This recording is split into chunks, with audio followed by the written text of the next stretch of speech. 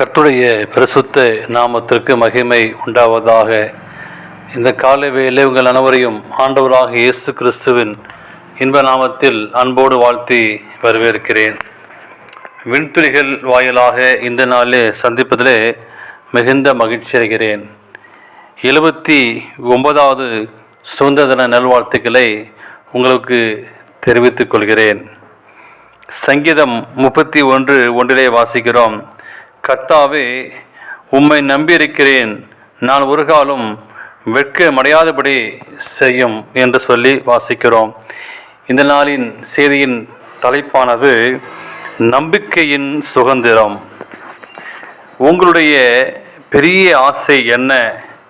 இந்த கேள்விக்கு பதில் ஒவ்வொருத்தமிருந்தும் ஒவ்வொரு விதமாக வரும். அது 50 பைசா சாக்லேட், கோடிக்கணக்கான ரூபாய் பெருமான ஒரு பெரிய மாளிகை வரை செல்லும். 27வது சங்கீதத்தை கருத்துடன் வாசித்து பாருங்கள்.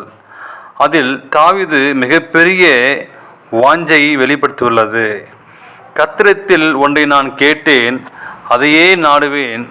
நான் கர்த்தருடைய மகிமையை பார்க்கும்படியாகவும் அவருடைய ஆலயத்தில் ஆராய்ச்சி செய்யும்படியாகவும் நான் என் ஜீவனாலெல்லாம் கர்த்தருடைய ஆலயத்தில் தங்கியிருப்பதே நாடுவேன் என்று சொல்லி 27:4 சொல்கிறார்.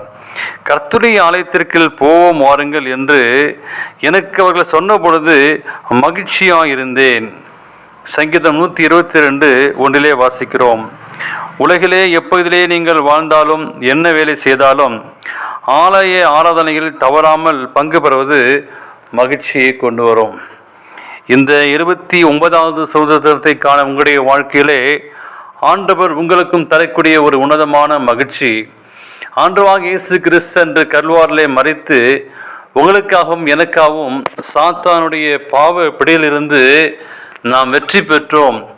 அதற்கு அதுவே நமக்கு ஒரு பெரிய விடுதலையாக இருக்கிறது. அப்படியானால் கைவிடப்படும், அதுவும் பெற்ற தகப்பனும் தாயும் கைவிடுதல் இந்த சமுதாயத்தில் அன்றாட நிகழ்வாக மாறிவிட்டது. தாவீது இப்படிப்பட்ட அனுபவத்தில் கடந்து சென்றார் என்று பார்க்கும்போது மிகப்பெரிய நம்பிக்கை வெளிப்படுத்துகிறார்.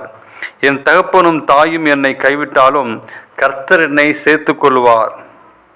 பணமோ பொருளோ மனிதர்கள் எதையும் நம்ப முடியாது உலகத்தில் வாழ்ந்து கொண்டிருக்கிறோம்.